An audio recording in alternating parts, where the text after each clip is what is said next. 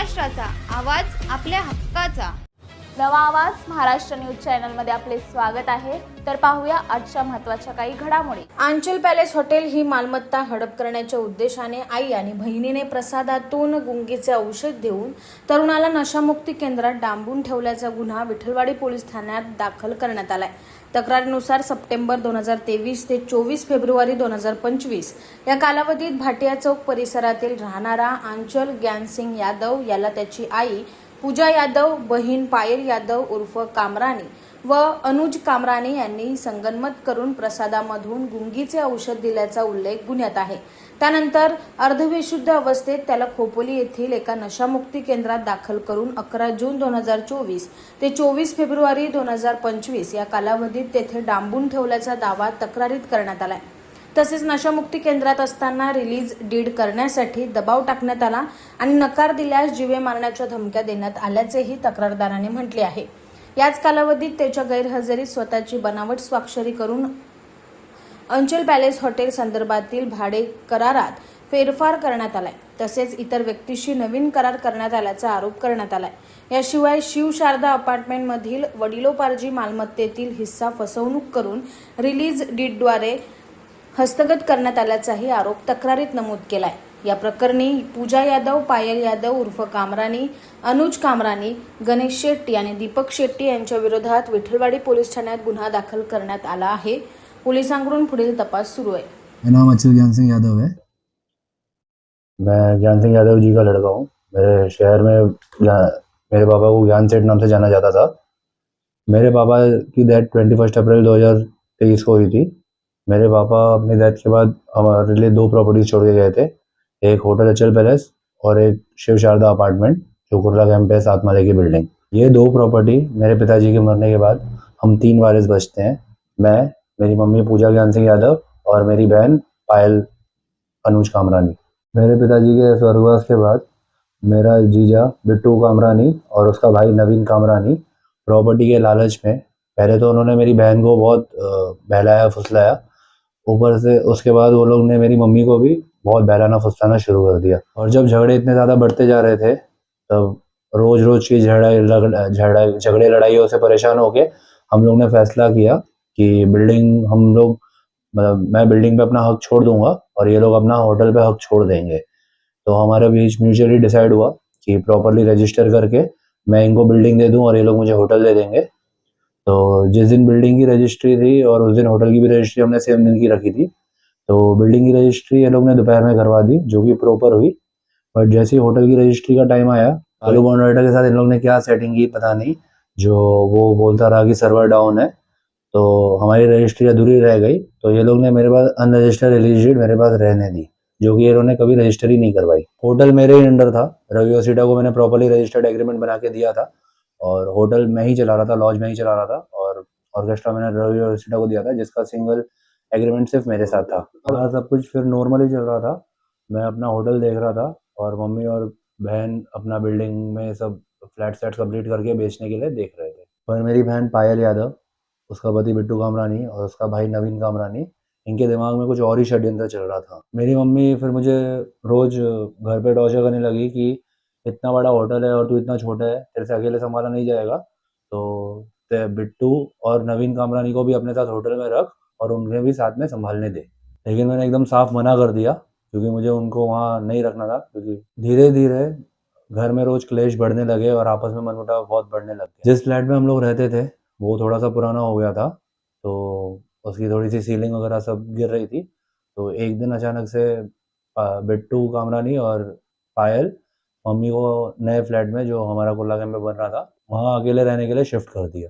पर कभी कभी मम्मी मेरे घर पे आया करती थी। फिर 11 जून 2024 के दिन मम्मी, मेरी बहन और मेरी भांजी नाइशा, ये तीनों आए एक दिन। तो इन्होंने मेरे हाथ में प्रसाद दिया, कड़ा प्रसाद है, इनको पता है, जो मुझे बहुत अच्छा लगता है। और वो मैंने खाया और जैसे ही मैंने खाया तो कुछ समय बाद मैं बहुत एकदम अनकॉन्शियस फील करने लगा और मैं घर पर ही लेट गया। फिर अचानक से मुझे महसूस हुआ कि 5-6 लोग मुझे पलंग से उठाने की कोशिश कर रहे हैं। तो जैसे ही मैं अपना हाथ पैर चलाने लगा तो एक इंसान ने मेरे गर्दन पे इंजेक्शन मार दी और मैं बहुत ज़ोर से चीख रहा था और अपने आप को बचाने की कोशिश कर रहा था। और इस के चक्कर में बिल्डिंग वाले और सब आजू बाजू वाले भी इकट्ठा हो गए, ये मैंने देख के महसूस। एक ओमनी गाड़ी में मुझे डालकर सीधा लेकर चले गए। जब मेरी वहाँ पे आँख खुली, फिर जब मैंने अपने आप को जंजीरों में पाया तो मैंने उनको पूछा कि मुझे यहाँ क्यों रखा गया है। तो उन्होंने बोला, यहाँ पे तुझे तेरे जीजा अनुज कामरानी, तेरी बहन पायल कामरानी और तेरी मम्मी पूजा यादव ने यहाँ पे एडमिट करवाया है, और शांति से रहेगा तो तुझे 2 टाइम का खाना देंगे, वरना तुझे ऐसे ही बांध के रखेंगे और कुछ खाना भी नहीं देंगे, ना ही तुझे किसी से बात करने देंगे। वो बोला ये सब इलीगल है, तुम ऐसे किसी को बांध कर नहीं रख सकते और किसी को ऐसे कैद करके नहीं रख सकते, किसी को बंदी बना के नहीं रख सकते। तो उन्होंने बोला कि ये सब तो तू तब बोलेगा ना जब तू किसी को बाहर निकल के बताएगा, जब तक तेरे घर वाले बोलेंगे नहीं तब तक तुझे। और वहाँ पे मुझे अलग अलग तरीके से टॉर्चर करते थे, 2 से 3 टाइम मुझे दवाइयाँ खिलाते थे। तो दवाइयों के नशे में मैं आधे से ज़्यादा टाइम तो नींद में ही रहता था। और फिर जब मैं उनको पूछता था कि मैं यहाँ से कब जाऊँगा, तो वो बोलते थे जिन्होंने तेरे को डाला है वही तेरे को निकालेंगे। और मैं तो समझ गया था वो लोग मुझे कभी निकालेंगे ही नहीं, क्योंकि वो लोग ने तो मुझे प्रॉपर्टी के लालच में वहाँ पे डाला था। अचानक से एक दिन रिहैब के ओनर प्रसाद ओक मेरे पास आए और उन्होंने बोला तुझे पुलिस वाली मैडम से बात करना है, अगर उसको तूने कुछ भी बताया कि तुझे यहाँ पे क्यों रखा गया है, कैसे रखा गया है, कैसे लाया गया था, अगर तूने कुछ भी अपना मुंह खोला तो तुझे हम HIV का इंजेक्शन मार देंगे, और एक बार HIV का इंजेक्शन लग गया तो इंसान की ज़िंदगी खत्म हो जाती है। फिर वहाँ से विठलवाड़ी पुलिस स्टेशन से मैडम वंदना खैरे जी ने मुझसे पूछा, अचल वहाँ पे तुम्हारा कोई ट्रीटमेंट चल रहा है? तो मैंने डर के मारे कुछ ज़्यादा बात नहीं की और मैंने बोला हाँ मेरा ट्रीटमेंट चल रहा है। फिर अचानक से एक दिन 22 फरवरी के दिन मेरा जीजा अनुज कामरानी, मेरी बहन पायल कामरानी और मेरी मम्मी पूजा यादव, ये लोग आए और मुझे वहाँ से छुड़ाया, जो कि मैं एकदम हैरान हो गया। बट वहाँ से वो लोग मुझे घर नहीं लाए, सीधा खपोली से मुझे पुणे लेके गए और वहाँ जाके मुझे डराया धमकाया कि अगर तूने अपना मुंह खोला तो इस बार तुझे किडनैप नहीं करवाएंगे, इस बार तो तेरा मर्डर ही करवा देंगे। मैं ऑलरेडी बहुत ज़्यादा ट्रॉमा में था और बहुत ज़्यादा डरा हुआ था, इतने दिनों बाद मैं खुली हवा देख रहा था। तो जब वो लोग मुझे घर लाए तो कुछ दिन तो मैं घर पे ही पड़ा रहा और मैं कहीं बाहर जाता ही नहीं था, घर में ही बैठा रहता था पूरा टाइम। 3-4 महीने तो शुरुआत के मैं बहुत डरा हुआ था। उसके बाद मैं जब थोड़ा सा नॉर्मल हुआ तो मैंने सबसे पहले विठलवाड़ी पुलिस स्टेशन में जाके कंप्लेंट दी, सबके खिलाफ जो ये लोग ये सब मामले में इन्वॉल्व थे, पायल कामरानी, अनुज कामरानी, नवीन कामरानी, पूजा यादव। और ये लोग ने मेरे जिसके साथ एग्रीमेंट था रवि वसेठा, उसको भी निकाल के अपना इंसान ला दिया था वहाँ पे, अमर म्हात्रे, और पूरा का पूरा भाड़ा भी इनके पास ही आने लगा था। तो मैं उसी चक्करों में लगा था कि जो मेरा होटल पे सब कुछ था वापस मुझे प्रॉपरली मिल जाए। उसके बाद मेरे हाथ में ये फोर्ज डॉक्यूमेंट मिला मुझे कि ये लोग ने जो नकली साइन मार के अमर म्हात्रे को जो होटल मेरे नाम पे भाड़े पे दिया है, जिसमें कि मेरी साइन ये क्लियरली लिखी है नकली है।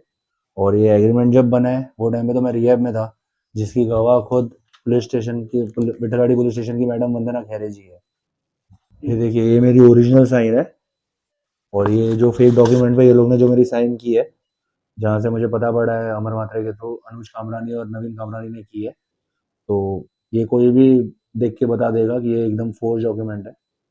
इसके अलावा भी इन्होंने बहुत सारे फोर्ज डॉक्यूमेंट्स बनाए हैं, जिसकी कंप्लेंट आज मैंने सेंट्रल पुलिस स्टेशन और DCP सर को दी है। सभी चीज़ों की इन्वेस्टिगेशन करने के बाद 2 जून 2026 को विठलवाड़ी पुलिस स्टेशन ने मेरी FIR दर्ज की है, जो कि आप देख सकते हैं, जिसमें 5 मुख्य आरोपी है, अनुज कामरानी, पायल कामरानी, पूजा यादव और गणेश शेट्टी और दीपक शेट्टी। और जहाँ तक मुझे पता पड़ा है और मैंने देखा भी है, 2 दिन पहले दीपक शेट्टी और गणेश शेट्टी को होटल के आसपास देखा जा चुका है। इतने बड़े गुनाह में आरोपी होने के बावजूद वो हमारे होटल के आसपास बेखौफ आ रहे हैं, जा रहे हैं।